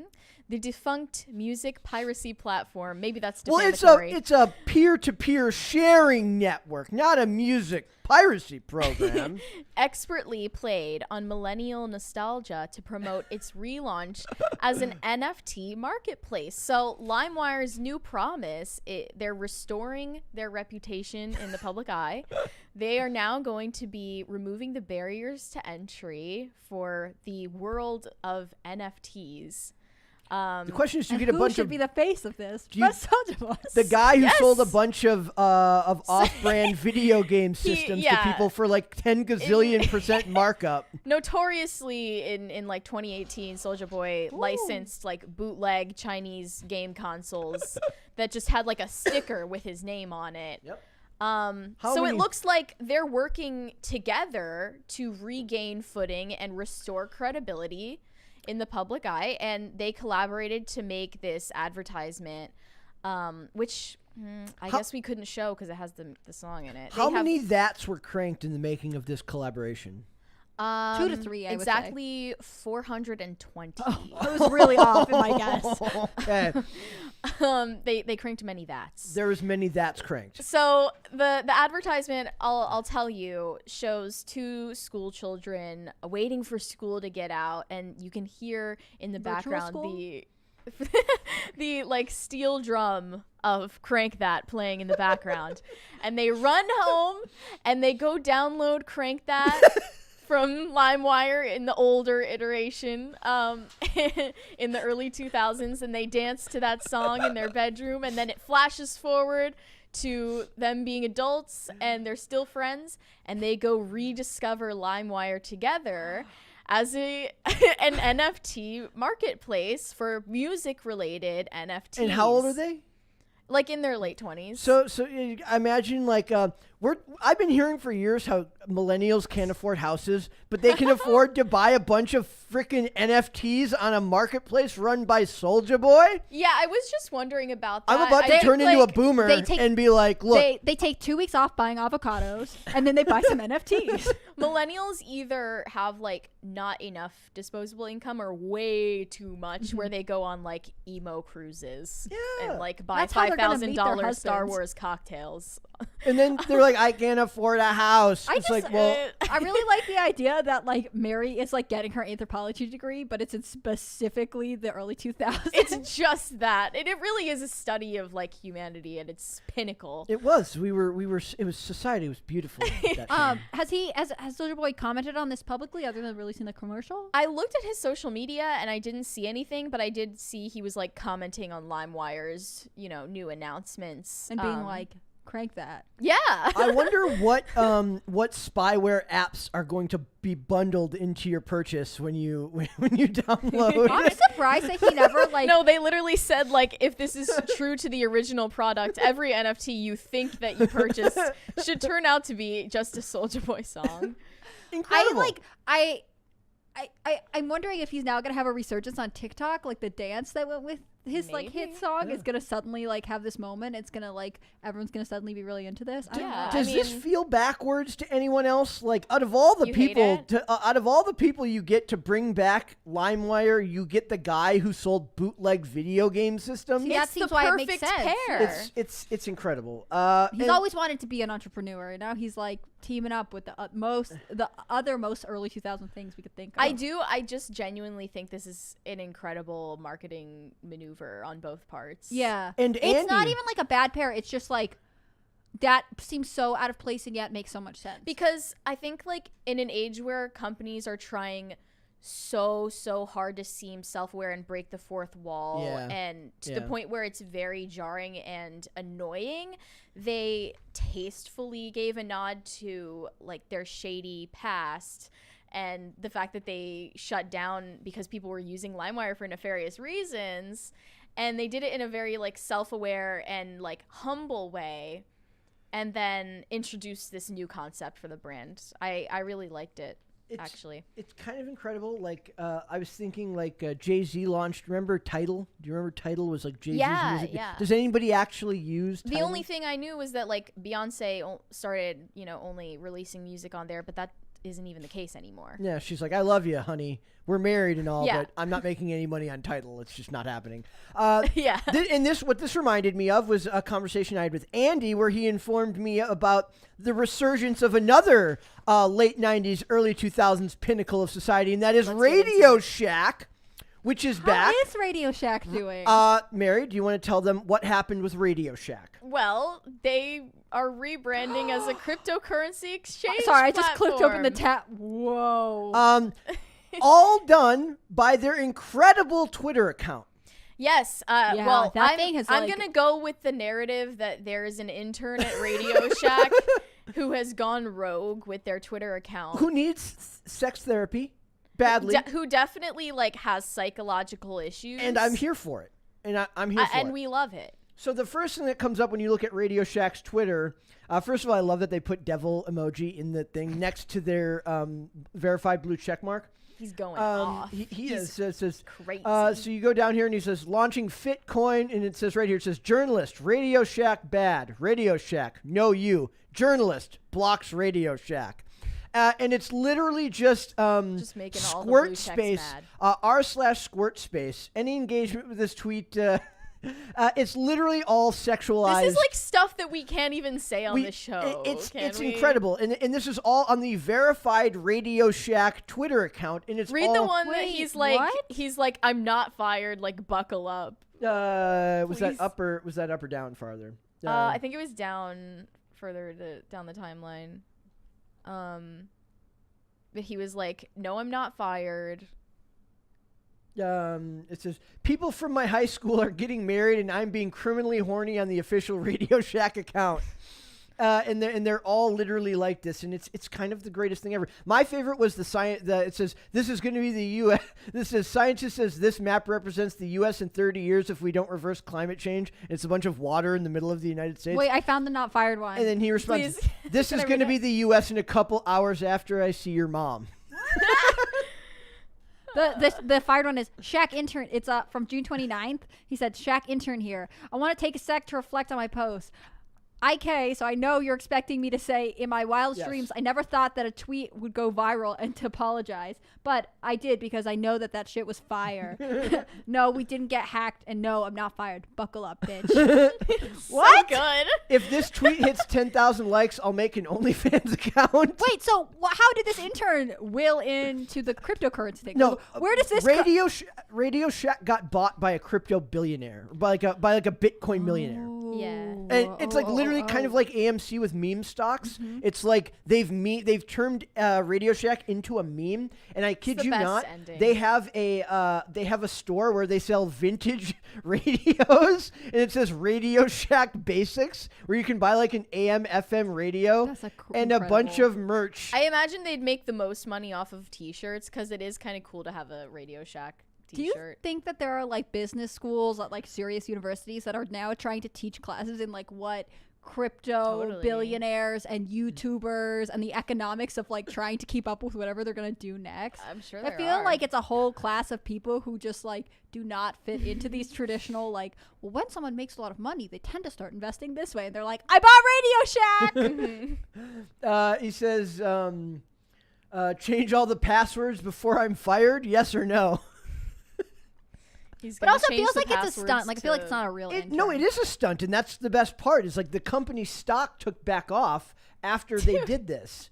It says Radio Shack's marketing boss says the company has boosted sales since it started posting memes and tweeting at celebrities. Just turn your company into a meme and you will be successful. Be more according to entertaining. Soulja Boy. Be more entertaining, and people will be like, "Yeah, I might as well buy their products. They're at least charming on the internet." People like to buy stuff for meme reasons. That They is do. originally what those like fast food chains were trying to do. I believe Wendy's was the Wendy's first is what one. kicked it off. But then Thank it you. all just became super cringe, and they never went like fully off the wall like Radio Shack is. Radio Shack says, I don't care what anyone says, Lizzo's fine as F. What's up, girl? Yeah, I don't know. I feel like that's what everyone is saying. That's Okay, not that interesting. Radio Shack, we loved you, but disagree. Hard disagree on that. Swing and miss on that one, Radio It's just Shack. the like, I don't care what anyone says. You're just saying what everyone says. Like, pass. Anyways. So Radio Everyone says Shack, Lizzo is fine. Radio Shack is back. always, LimeWire like, is hyping back. AMC stock is still around. I mean, solely for the memes. Well, we are I'll in go a, get my Abercrombie sweatshirt and we'll see what's happening. You can do that. Yes. You can Abercrombie is actually very successful right now. Like they Really? rebounded from all their criticism about like we only hire hot people, and like yeah, they're doing really well. They're like, we only hire ugly people now. They hire the same kinds of people, but like their like company as a brand, they just like I think just they have miss how their clothes used to look. yeah, more than their style anything. right now is very on trend, but also Yeah. like not the big brands that they used to have, which is for the early 2000s member of the room upsetting. So, Elon Musk should buy Radio Shack from this guy now and relaunch it and you should buy MySpace and Twitter and just relaunch them all. They're all. But who is gonna buy MySpace from Rupert Murdoch? Remember that they like deleted almost all of MySpace's data on accident one day, and then like tons of people's music was just like lost to the digital sands of time forever. That was a tragedy. All right, there's some super chats there. Yes, Jonathan Harris said, "This is really on brand for Solga. He brought MySpace to prominence as well." Is that true? I don't know if that's true. Were you on MySpace? I was. Did you like it? I liked it. What if we bring back MySpace just ironically? But that's What if you could find Mary on WeChat and MySpace? if Radio Shack more is and coming more back ironically, if obscure. LimeWire is coming back ironically, Tom should buy back MySpace and launch it ironically. What if I'm just like a MySpace influencer? We can bring Like, back LiveJournal. Oh and gosh, as long as What Tumblr else? stays off to the side, I'm fine. Tumblr's always kind of like coasting. I still have a Tumblr. Yeah, I just feel like use it people- as Pinterest. Yeah, I feel like people who like Tumblr still use it that way. It doesn't have like super intense prominence, but it also didn't text die. posts. Retweet if you'd punch the S out of pedophile, says Radio Shack. Oh, Very base. important. Look, that's a good PSA. Okay. Hey, Miley Cyrus, you up? He asks. Well, is she? She didn't respond. Rude. Dang. Wayward Soul said the wax Mickey Rourke at Ripley's looks more lifelike. That's mean. But not untrue, I think. I'm not sure. Yeah, I've never he seen it. didn't look fantastic in that interview. Exactly. Anybody remember those cool robots we used to sell called Eye Ladies? And then somebody says, we don't care, nor do we like Radio Shack. And they respond, Eye Ladies, balls on your face. Scoop. Ha. Dun, dun, dun, dun, dun. I'm sorry. Brett, you are such a child. It's like the only account You're the oldest person here. You're supposed to be mature. No. Brett is like, I am the Radio Shack intern. I Think I'm reject funny." that hypothesis. Cooper Trooper said, Mary ended up still talking about my dumpy chat. Because I was accused of being illiterate. Mary's very proud of her ability to read. Excuse me. He also said, instead of a Luke shaft cam, how about a Brett dumpy cam? God, You're- no. My This guy is patience is weird. wearing thin. Jonathan Harris said, can I use LimeWire to... Wait, what? Yo-ho? What does that mean? I have no idea. To pirate NFTs. Oh, I get it now. I mean, that would be the natural conclusion, right? Seems like it, right? It'll give your computer a bunch of viruses if you buy NFTs on LimeWire. I love it. They're trying to revolutionize it by like letting you use direct credit card transactions to buy them instead of using crypto to buy NFTs. Your phone like turns slowly back into like an early 2000s Dell desktop. Suddenly it's a It's flip like phone. it turns into like a BlackBerry Yeah. with a stylus. Hey, I loved my BlackBerry when I had a Um, BlackBerry. Jonathan Harris said, "This is." Oh wait, I already read that one. Do you have more? Waffle Sensei says, crypto unkilled the radio star. Whoa, so Whoa. true. We are so glad to have you back, Waffle Yeah, Sensei. I It like is- Waffle Someone is Sensei. talking about Farmville from Facebook. Remember that? Oh, games that you play? People do get addicted to that. I was addicted to Farmville for a while as a kid. There's one that's like Farmville Tropical that you're Thank like, you. Oh, I played Sorority Life on Facebook. That was a Nice. good one. I didn't play any of those games. whatever. You're probably like the highest score on Sorority Life on Facebook. Before we Yeah. go, I do want to point out that the judge denies Amber Heard's attempt at a mistrial in the Johnny Depp defamation case. Slap down. That's a womp womp. Swamp, womp, womp. Juror 15 will know. It is not the building It 7 was of the most like ridiculous and obscure thing to pick as like asking for a retrial. It is not it is not the building 7 of the Johnny Depp trial. It is just the juror. The building 7 of the Johnny Depp trial. It is not really. It is not what that is. So basically, the judge said no. You don't get to just have a retry. Over a small clerical error. Yes. But they were like, no. You can just walk into any random courthouse and pretend that you're a juror and no one questions This was the it. thing where I that was happens all the time. like, it's a dog. There was actually a dog in a trench coat. yeah, She's with like, glasses I- on. I'm not crazy. It says, lawyers for the Aquaman star were seeking a mistrial on multiple grounds. One argument they made was that an apparent case of mistaken identity with Juror 15. I can already see the made-for-TV movie around Juror 15, and I am here for it.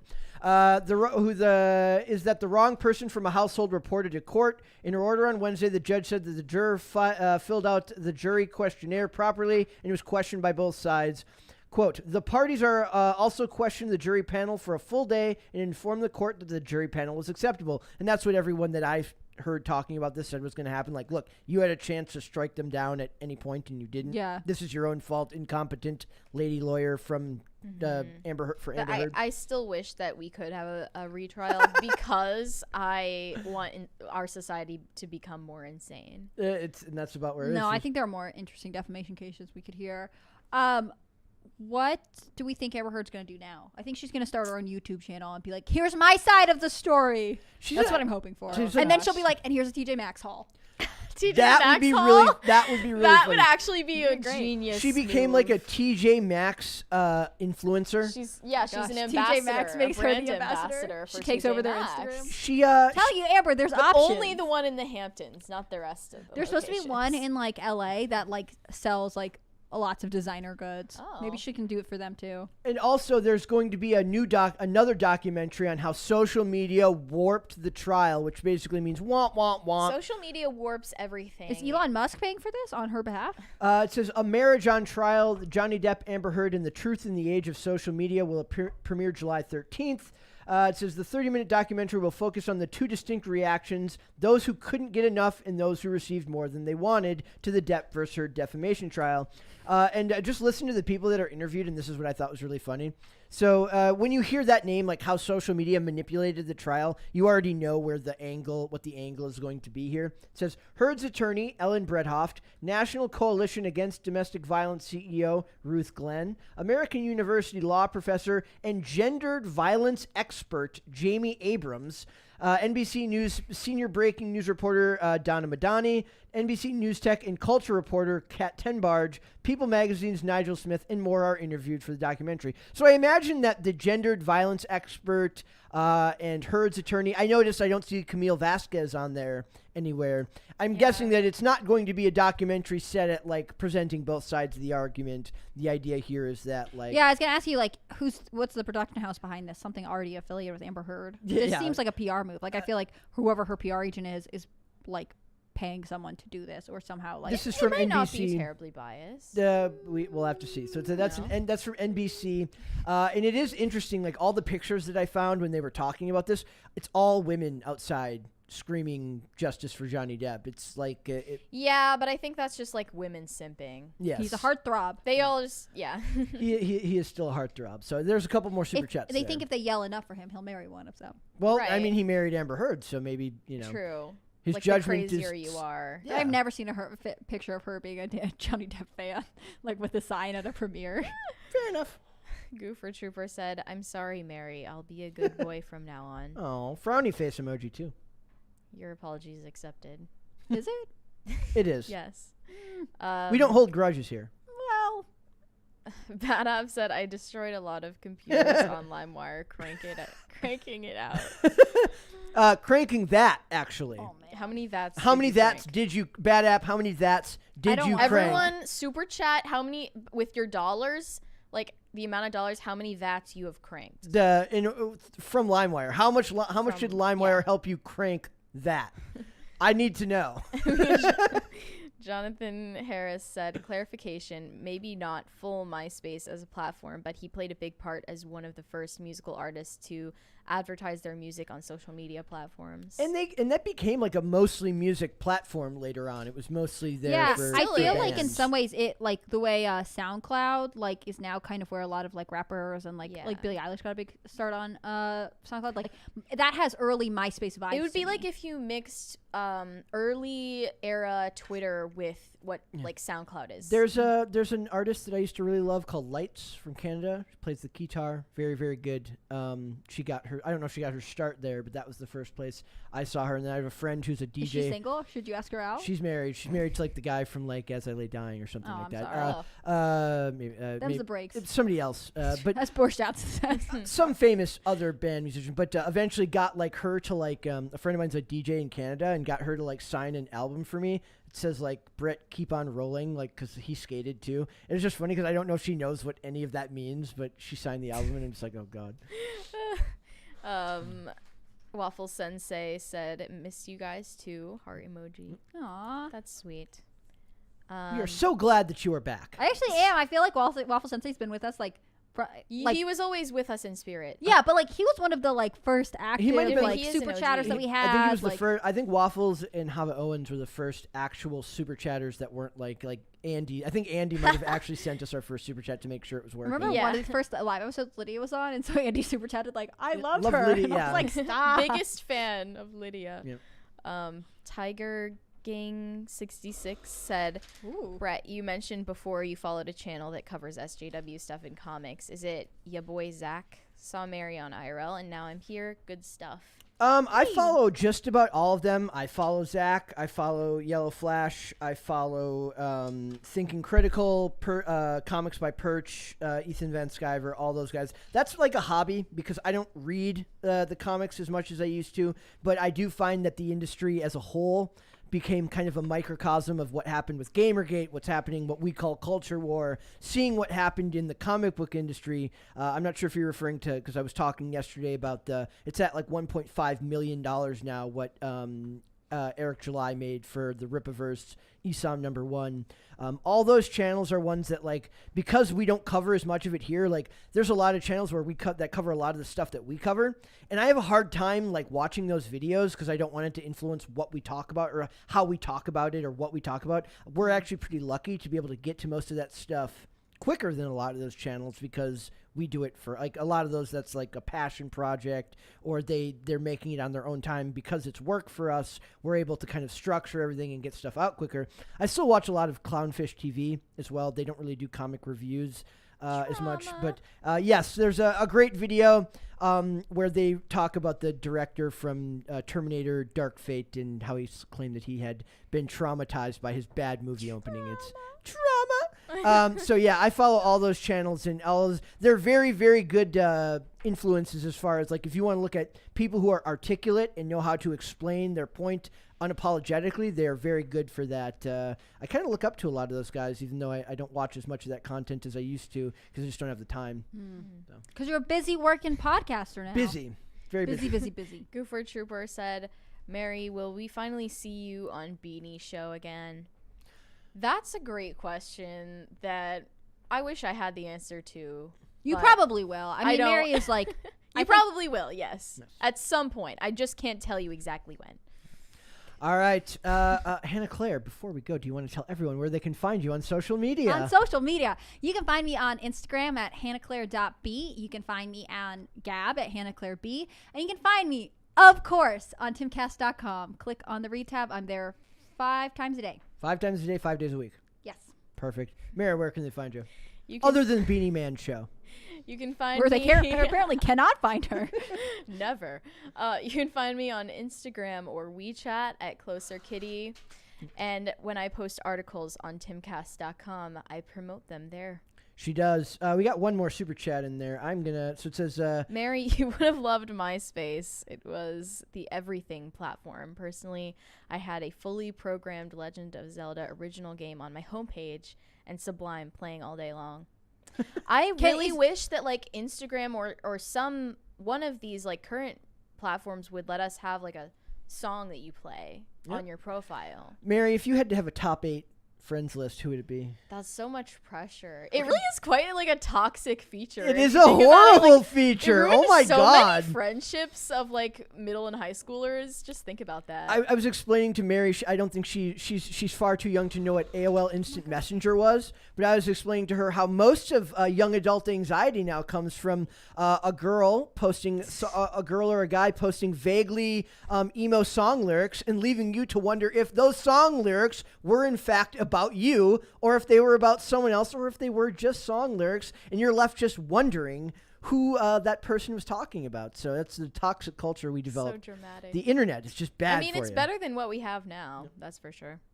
Goofer Trooper also said T-Rex Brett, please, would be very groovy. No, that's a whole, like, what is this called? A crisis party. Yeah, when we get to a crisis party, maybe I will do another T-Rex, but no, it's I can't do that. For now, I can't do that. No. But thank you. So, guys, if you want to follow me, you can follow me on Instagram at Brett Dasovic for the show here, Monday through Friday, right here on YouTube.com, 3 p.m. Eastern Standard Time. That is noon Pacific. I should be asking you guys more frequently to like the videos, leave comments on the videos, subscribe to the channel. I've always kind of hated doing that because it feels like such a shill, but we do want you to subscribe to the channel, come watch us here live. We really appreciate all the viewership from you guys. It means the world. They should just make like 3 of their friends watch it. That exactly. If all of you did that, it would be revolutionary. It would. So if you want to listen, we are on Amazon Music, Apple Podcasts, Pandora, and Spotify. I don't know why you'd rather listen to this mishgas, but you can if you would prefer to do that. And we are also on social media. We are on Twitter at popculture_show, Facebook and TikTok at popculturecrisis, and on Instagram at popculturecrisisPod. We will be back with another episode tomorrow. We'll see you then, guys. Bye. Bye.